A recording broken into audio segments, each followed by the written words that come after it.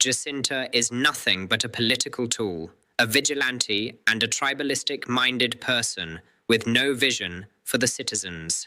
Breaking news. Political tensions are rising in South Africa after Julius Malema launched a fierce attack on Jacinta and the March and March movement. Before we continue, please kindly subscribe, like and comment your opinion below. Speaking out strongly, Malema described Jacinta as a vigilante leader and accused the movement of promoting tribalism and targeting immigrants instead of addressing the country's deeper economic and political challenges. It's never been an issue. We knew it's a vigilante group. We knew it's a tribalistic group. And tribalism and any ideology that thrives on division is unsustainable. You are bound to fight. So I grew up in Limpopo. I didn't grow up in Limpopo. I stay in Limpopo. I'm here because I'm working. If I'm not here, these guys won't pay me. So I need to survive. If I'm not here, I'm in Cape Town. But I stay in Limpopo. When we grew up, there used to be a group called Mapowamatamaga. Yes, yes. Na sangara babona diamonds. Mara people just used to take a placard and put at the property and say, this property is protected by Mapowamatamaga, a vigilante group. I don't know where they are, those people. They were very popular. Everybody was very scared of them. But they were not following the law. I look at you, you look at me in a different way, I don't like you, I say, no, this guy stole a TV. Then they start beating you up without any due process. We can't allow that. We can't allow a situation where you look at a person and say, this person is too dark. And you say, yes. What language do you speak? No, I speak Tsonga. An ENCA journalist. A person says, I'm from Malamulele. He said, I'm from Malamulele, I speak Tsonga. He says, do you have a passport? Are you legal here? ENCA must be charged for tribalism. That journalist till today has never apologized. How do you become a journalist if you don't know South Africa and you want to question us, South Africans? Don't know South Africa, Malamulela here. Mahonis. Just here. We're next to it here in Toyando. It's divided by Nandoni Dam. We're on the other side of Nandoni Dam. Malamulela is on the other side. Tell that guy to call me. Cameraman, tell him to call me. I'll give him a direction to Malamulela. ENCA, tell him. I'll give him direction to everywhere in this country. But the point I'm making is it leads exactly to that. Once you start saying to people, yeah, who are you? Where are you from? Yeah? Yes? Can you say this in Zulu? Can you come on? Because I can tell you the Zulus in Soweto, the Zulus in Ikuruleni, many of them were born there. They can't say this in Zulu. But it doesn't make them less Zulu. Doesn't make them less Zulu. Some villager sits there and wants to decide what must happen. We don't want illegal foreigners. We don't want them. We want them legalized. They are here. And issues of migration are not just national issues. They are governed internationally on how those people get to be treated. And when you get isolated internationally, you start saying, yeah, but they don't want us. What are you talking about? I'm not talking about exile. I'm not talking about those who went to the camps, who Godrich and them. I'm talking about the economy of this country. It was built by everyone in Southern Africa. This Gauteng you're talking about, it has got sweat of Mozambicans who were brought here to come and build this economy. That's why many of these people many of us, if we were to trace us, it takes us back to the continent. You must listen to my grandfather who passed away now, when he praises me in one of the praises he conducted at the manifesto launch of the EFF, I think in Polokwane. At the end of that praise singing, he says, Malema Muzimbabwe. Beat me if you can.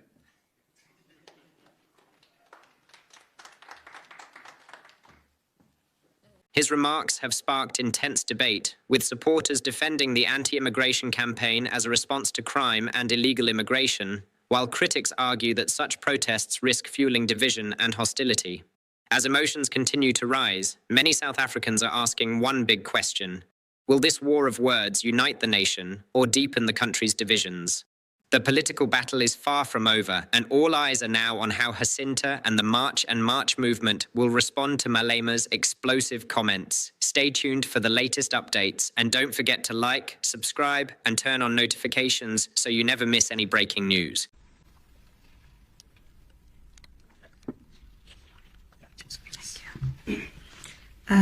Good evening, members of the media. This is our first press briefing since the June 30th, and we thought it would be very important to have this press briefing because it's already been over a month. So today marks 34 days after the entire South Africa, particularly those who love their country, took to the streets. We had over 300 marches across the country, which resulted in over 200,000 South Africans taking to the streets on the same day. And we must categorically state that South Africans are not violent. South Africans are not xenophobic, and their cry is that of the soul of South Africa, and it must be protected. These protests were free from any violence. This was not occasioned by the wasteful expenditure and the dramatization of the people's pain by their very own government. We must state over and over again that there was no destruction of property, not because South Africans are scared of government or they're incapable, but there was no violation of the rights of foreign nationals, and it was not because of the police, but it was because South Africans love their country. They respect its laws, and we subscribe to the spirit of Ubuntu, and all that we want is the enforcement of the country's laws. Our communities and 27 anti-illegal immigration civic organizations are the ones that worked tirelessly in a quest to root out the lawlessness and the effects of illegal immigration that had almost become a permanent mark in our country. Over 100,000 illegal immigrants have left our communities, and eventually they were repatriated back to their own countries. Many of these fellow brothers and sisters lived under inhumane conditions. They lived in informal settlements, and in these places, many of them contributed to the skyrocketing crime, while others were being used as modern-day slaves by those who own the means of production, which is a cruel system, and we are prepared to fight for and die for if needs be. So while we acknowledge that this is only the beginning, we note with appreciation some of the positive outcomes from what some label as xenophobia. And we state that it's a clear immigration crisis, and it's from our porous borders. Many children of illegal immigrants have left the country with their parents, paving a way for South African children to access basic education.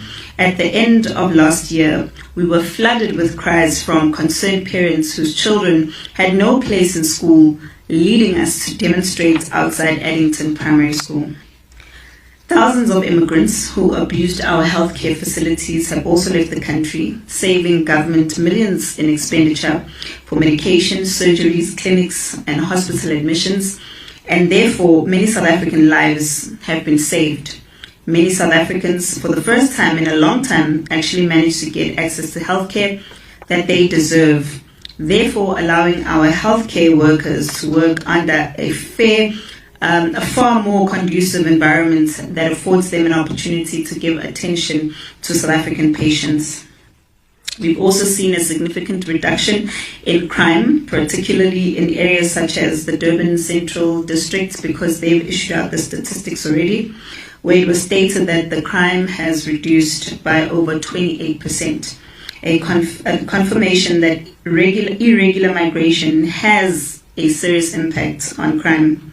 These results come from the cleanups that we also have had in the Durban CBD, which have contributed immensely to more police visibility, less illegal businesses operating, and safer and cleaner spaces. This period has also been a period of resistance and fight back by direct beneficiaries of crime. We have seen the Somalis, the Pakistanis, Ethiopians, Nigerians, which is some of the countries who have given our communities a very difficult time, and they are refusing to leave. While many continue to conduct illegal activities, disguising them as businesses, they have now taken it a step further and decided to pay our South Africans, the protection fee mafias, businesses, to kill fellow South Africans who are fighting for the liberation of this country from illegal immigration and from the bondages of crime that have killed our brothers Andile Mbuyelwa Somqaki and Tato Senganga Molosangwe. And now they've added to their list of lives taken Douglas Mfene Tusing. May their souls rest in peace. Today we'd like to say to their families, their deaths have not been in vain. Their spirits will speak. Their children will not suffer while we keep quiet and fold our arms. We have nothing to lose anymore because losing our country is definitely not an option. Today we stand in so much pain, so many unanswered questions, and with renewed vigor, and understanding that our problems are far from being over. Therefore, we have no choice, but we must continue the fight. Over the past 3 months, our leaders have been killed, beaten up. Foreign nationals have continued to rape and kill women. Children have continued to die from eating food from their spaza shops. And today, while we join hands in prayer, we'd like to also pray for our sister, Unomthandazo Mbele, the sister of Pastor Mjosti, who's currently fighting for her life in hospital, having been stabbed over 40 times by Fulgulence Nimubone, a soldier who left his country and walked into our borders to start a new life of pretending to be a pastor while being a well-trained militant in Congo. Only God knows how many more crimes he's committed and how exactly was he getting by in this country, as many of them do. Yet we have seen absolutely no empathy from the Minister of Police for all of these crimes. While we work hard to convince society to remain calm, we also keep being provoked by politicians, provoked by unscrupulous business people, as well as NPOs and NGOs. We have seen skyrocketing useless press briefings aimed at launching an onslaught against the movement and giving us a new label every day. A very myopic tendency we have ignored for far too long, and today we will respond to it. Mr. Fikile Mbalula, through the figment of his imagination, has come out guns blazing, suggesting that we are a political project yet to be properly unveiled. And on some days he claims we are a project of the IFP, some days of the MK, some days of Israel, depending on what mood he's in or what substance. Not one of the boss's press briefings seeks to acknowledge the damage and pain that they've caused to the many families from their negligence of our borders. How many more families have been destroyed because of the drugs and corrupt activities, as we have heard at the Madanga Commission? When does he apologize to the parents whose children have died because of spaza shop killings or the spaza shop mafias? Or are those families also political parties or political projects? In his last episode of his live recorded broadcast in the media, Mr. Mbalula illogically stated that the movement was not happy that other members had met with the president. Yet we had already addressed this issue in our statement, where we stated that everyone has a right to meet with anyone, including the president. Our focus has always been in protection of the citizens of this country and not on getting photo ops. In his vent, he made noise about their leaders being booed at our marches, and he said nothing about the reasons why their members of the public decided to boo them. Surely this should have been an opportunity for him to reflect on why people were booing certain leaders while celebrating others.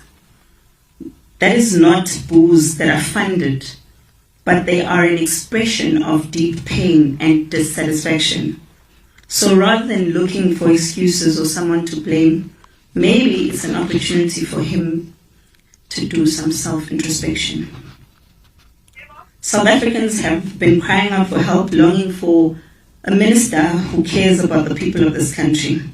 A minister who understands that our people continue to be ravaged by drugs and crimes committed by foreign nationals. And this Minister of Police that we have does not ever, not once, meet with black communities to listen to our cries. He does not see a need to come to our townships and listen to what the people have to say. On the other side, yet the minister has continuously engaged with foreign nationals, particularly those from Pakistan and Somalia, and interestingly has left out those from Malawi, Zimbabwe and Congo. For many years, South Africans have accepted that they are second-class citizens in their own country. But today we confirm that they have decided to stand up for themselves, and they want to be treated the same way that minority groups are treated in the country. We have also noted with grave concern contents of a circular issued by the South African Police Service, which is dated the 20th of July 2026, under the hand of MJ Mamoteti, who is the Divisional Commissioner and Operations directing the member of all SAPS to refrain from participating in any action arranged by civilians to identify, threaten, and remove all foreigners, as they claim, from their homes or businesses, or threatened to charge the police officers. He or she further directed that community leaders and private individuals who complained about suspected undocumented persons must be referred to the Department of Home Affairs, or BMA. It is our respectful view that this seeks to diminish and or undermine that being in the country without proper documents and or illegally is a crime, and therefore this circular invites the police not to act even when crime is committed right in front of them. And at first, the same police said that citizens are not allowed to do anything that has to do with foreign nationals. Now they're saying that the police also don't have to do anything that has to do with undocumented foreign nationals. So who exactly is supposed to do something? It has become clear that our police have been underfunded. The police do not have enough vans.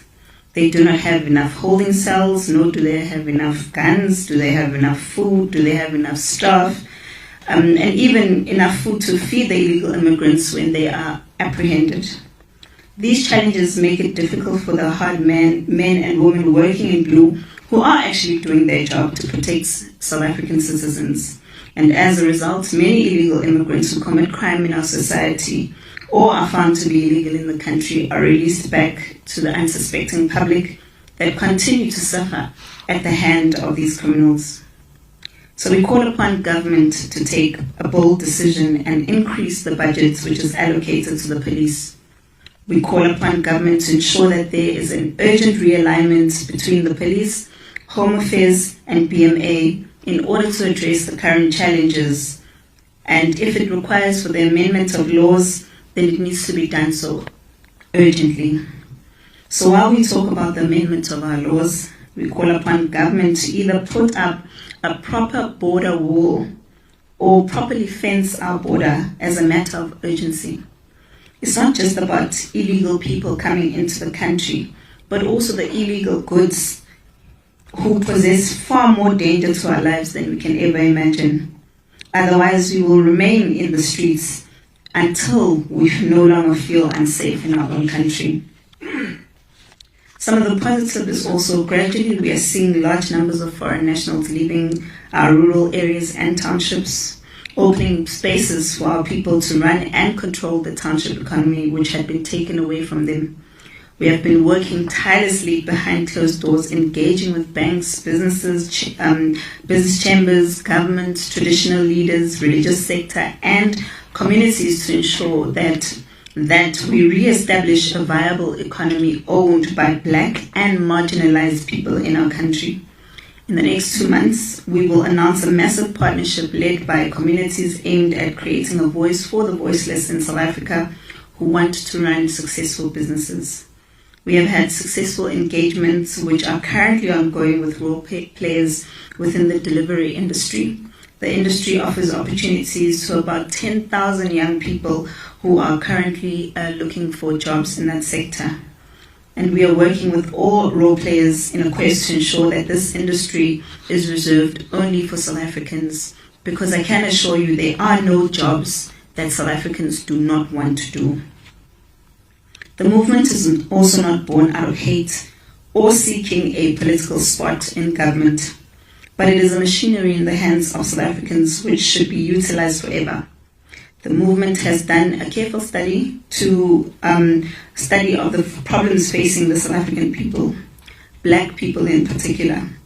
The question has always been who speaks for South Africans, and the answer is other than politicians who have been placed in parliament, absolutely nobody. South Africans live in an unsecured country with no borders, and apart from marching and voting, they have no one to look up to help. Black people die at the corridors of hospitals without medical attention. Their pain goes unnoticed. Their children are deprived of their right to study robotics in rural areas and townships, a right not provided because the budget goes to people flocking into a country unknown. The police remain extremely underfunded, yet the citizens have nowhere to go to complain. Today we announce the movement's bold decision to establish a forum for all South Africans and Blacks in particular. This forum will provide justice to the voiceless South Africans who for many years justice had remained a distant cousin. We have established a non-profit entity which shall trade under the name of SA First Forum. This organization will be the vanguard of South African citizens. It will, as and when necessary, litigate against the state on behalf of predominantly Black people, owners of the economy and private individuals. The objective of the forum is to create a justice and legal buffer. South Africans who cannot vindicate their legal rights, the first case to be dealt with by this forum shall be in relation to the circular which has been issued by the South African Police Service, which we deem to be unconstitutional. The people of our country continue to suffer untold pain as a result of drugs sold to the youth, and at the pace at which the country is going, this means we will have no men in the near future. Either they will be high on drugs or illicit alcohol. Young children continue to be trafficked daily and sold as sexual slaves across the country and across the world. Communities still live in squalor with no basic services, sometimes with no shelter over their heads. And the movement has once again decided to establish a foundation tasked with the responsibility to fight social ills in our communities, run programs to take young people from the streets, help them to survive and come out of drug addiction, and integrate them back into our communities, and help young women claim their lives from prostitution in a claim to relive a meaningful life. The movement will also use this foundation to engage with all the like-minded South Africans to fund the education of a Black child, build a safe net for the future of our country. The foundation shall trade under the name and style M&M Foundation, and this entity has been registered as a non-profit organization. The movement shall engage in the process of establishing boards for these entities and appoint acting chief executive officers in the next coming weeks. We wish to record that our efforts have not been in vain. The submission by the good South Africans are slowly yielding positive results, with the white paper already moving in Parliament, and this will pave a way for the introduction of the first safe country principle, which to our joy and excitement means that there will be no Ethiopians, Somalians, Nigerians, Pakistanis, Bangladeshis running to South Africa claiming they're running away from persecution and they are refugees. We can't wait for that one. We also want to thank the Director General of the Department of Home Affairs, Mr. Tommy Makode, who has been very, very helpful when it comes to issues that we raise that have to deal with the issue of illegal immigration. And not only him, but his team for working tirelessly to save South Africans from the vultures and the little resources that they have, because we know as well the Department of Home Affairs is highly underfunded, much like everything else in this country, which makes you wonder, where does the money in this country actually go to? And we also want to thank Mr. Njabulundu Nzuza, the Deputy Minister of Home Affairs, for standing with the people during this time. We've seen him on the ground. We've seen him going out and making sure that there's operations in different places. And this is the kind of leadership that we deserve. And the less we say about the Minister of Home Affairs, who never makes an appearance anywhere, the better. Safe to conclude that the Minister does not associate himself with the people of the country or their problems, a reality that we must never forget. We want to thank South Africans for their resilience, commitment, and dedication. This war we must fight united, even during the most difficult of times. We must mobilize each and every South African to take to the streets until our demands are met. We must fight until all illegal immigrants have left our country, particularly those who are stubborn and are in the pockets of politicians. And remember, we did say that we give the government 3 months for phase 2 and another 3 months for phase 3. So currently we are in phase 2 and the 3 months ends in September. We will be engaging with progressive security companies to join hands with us in protecting our communities and fighting against the protection fee mafias.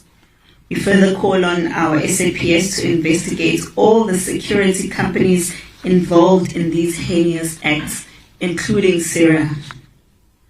We thank all those that have supported us in the business and religious sector. And we also ask that the laws of this country apply to every single person of every single race, every single religion, and of every single class.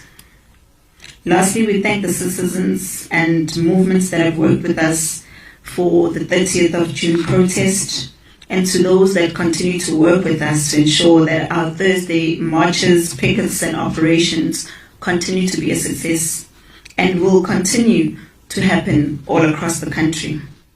We are grateful to the legal people of Zimbabwe who came out to support a protest that was actually meant to be in solidarity with the people of Zimbabwe at the Zimbabwean embassy. But it looks like we can no longer create a place of comfort for Zimbabweans, since many of them decided not to protest in Zimbabwe. That means that our efforts had been in vain, and the likes of Bheki Mpilombedzi had been incarcerated for no reason. We call on the Zimbabwean government to be responsible and take care of its own people so that they no longer have to rush to South Africa for better opportunities or because of fear of their own government. And once again, we call for the Zimbabwean government to free Bheki Mpilombedzi. But from what we're hearing, they have actually released him on bail of $200 for simply staging a protest. And lastly, we would like to call on all the governments and the presidents that are currently in South Africa for the SADC. We have been barred from protesting because of the SADC. But our message must still go to them, that while they are here in South Africa and while they are here in Durban especially, they must make sure that when they leave, they have come together and made a decision on how they're going to take care of their people and live with them. Unlike the president of Malawi, who came to South Africa while his people were in thousands at the drive-in, and he decided that he must just go back home without even so much as lifting a finger to show concern for his own people. That doesn't speak of a caring government. And the same care and love that they want us to have is the same care that we must see for them, from them, that they have for their own people. So instead of crying about xenophobia, the conversation needs to change now to being about African leaders and why are they continuously being dictators and mistreating their own people. If we were able to fight oppression back in the days and free ourselves from the oppression of white people, why then are African people so afraid of fighting oppression from their own black leaders? So we call upon all of them to spend more time talking about the problems in their country, fixing the problems of their country, and less time talking about South Africa and what South Africans do in their own country. Thank you very much. Thank you to our leader, our Winnie Madikizela Mandela of our time, No. our Lillian Ngoi in a Women's Month. So this is the statement of March and March movement. We want to just go straight to the Q&A session. We will allow 5 questions at a time so that we can see if we can respond. Let me open that opportunity for questions. Let me note hands.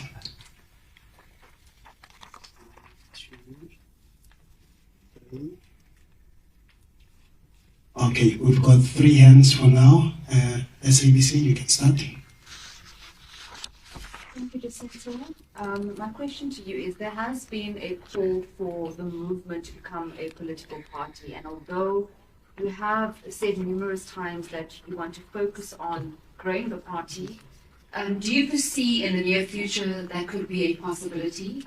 And my second question to you is, SADC is taking place in the next couple of days. You'll be seeing heads of state sending onto KwaZulu-Natal. You did touch on the fact that you've been barred from the premises. Will there be silent protests happening? Will there be demonstrations during that time when we'll be seeing heads of state in the country? Thank you. Good evening, everyone. My name is Tabi Sokoba from Eyewitness News. I just want to ask about there's 2 things that you mentioned at the start of your speech. You said that during the June 30 marches, there was no destruction of property and there was no harassing of foreign nationals. I just want to ask, I mean, obviously you've seen the looting that took place in Clement, Mulas, and all those other areas. Do you, and also speaking about the harassing of foreign nationals, we also saw that there was a lot of foreign nationals who were taken away from their homes and made to sleep on the streets on June 30 and the days that followed. By you saying that there was no destruction of property or harassing of foreign nationals, are you then insulating the movement from these ancillary events that happened during and after June 30? Thank you. Thank you very much. I'm a freelance journalist.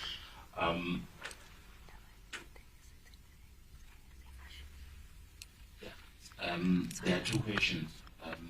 The first one, it relates to this one. I understand that you related the claims that was bribed during the meeting with the President Ramaphosa. Can you make the findings of that investigation public, please? Because we really like to know what exactly happened. And the last question is about the 2 forums, or the forum and the foundation. Is it safe to say that you will be operating along the lines of what we have seen with AfriForum? I'm sure you know AfriForum, they also have their own foundations where they are dealing with academic matters of the Afrikaner community, unlike us who pray, we only come together when Father's table trial. Thank you. We'll take all of them. Let's take the first one. I think let's take those three first. Super. Okay, yeah, we'll take those three first and then we'll give another round. Thank you. Okay, thank you so much. Question about the movement being a political party. I think there's a lot of pressure from people. Because I think IEC issued a statement saying that people no longer believe in democracy, which is something we've also seen on the ground, because people have lost faith in political parties. But somehow people still feel bound to political parties. So they believe that if March and March becomes a political party, then they will be better represented. Personally, I don't feel that way. I don't feel like we'll do them much justice if we become a political party. I feel like they have a better chance of us listening to them if we're apolitical, because we can listen to anyone from any political party with any concerns. And on top of that, currently we do feel like the system is not conducive for people who think like us, if I can put it that way. I feel like the system is designed to get people to be stuck in the system. There are a few political parties out there who are actually looking out for the interest of the people. But if we're being honest, sitting here, all of us, how many political leaders do you look, or when you think of, you say, this one, when he wakes up in the morning, or when she wakes up in the morning, the first thing she thinks about is how she's going to change people's lives. I think politicians have made it a norm that the first thing they think about is how they're going to steal, how they're going to loot, how they're going to get money for themselves and their friends and their family. And we need South Africans to first cleanse themselves of that, because we are the ones that vote for people like that. So unless South Africans make a decision to say we are tired of this and this is what we want, then we will be no different. We'll serve no difference because we'll be still in the same system. And then in terms of SADC and protesting, I think, South Africa right now is being labeled as xenophobic all over the African continent and the world, and it's very frustrating that African leaders spend so much money to come to conferences like this, and they sit together and they make themselves feel good about each other and boost their egos. So for us, SADC should achieve what it's meant to achieve for the people. And if it doesn't do that, then we have to make our voices heard, not just as South Africans. That's why I wish other African citizens would focus more on their countries than they do on South Africa. Then our voices will be more impactful to things like SADC or the AU or parliaments, then we'll have a stronger chance of actually being a continent that makes the most of the resources that it has. But at the moment, I don't think we're able to achieve that. And when the opportunity presents itself to make our voices heard in SADC, we'll definitely take the opportunity. But the message is really, I feel like our government should be giving us as much and much, especially an opportunity to talk in that SADC, so that we can tell people the truth, or those leaders the truth that they don't want to hear. But unfortunately, we're in a country or in a system where people only want to hear from people who agree with them, unfortunately. Because if they were honest with themselves, and if our government were the real government, they would make sure that March and March is there and is given an opportunity to speak to those SADC presidents. Because I know the problem with going there and just staging a protest is they're going to use the opportunity, as they did with Operation Tutula, to make them seem like vigilantes. And that's not the stand that we want. We want a proper opportunity to tell those African leaders exactly what the problem is in Africa today. And it's not March and March, and it's definitely not xenophobia.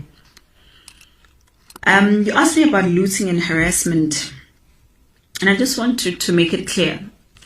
You know, I think the government of South Africa can stand there in public platforms and shout that we're funded by Israel or whatever. But at the end of the day, they've got all the resources to prove that we are. So if our government wanted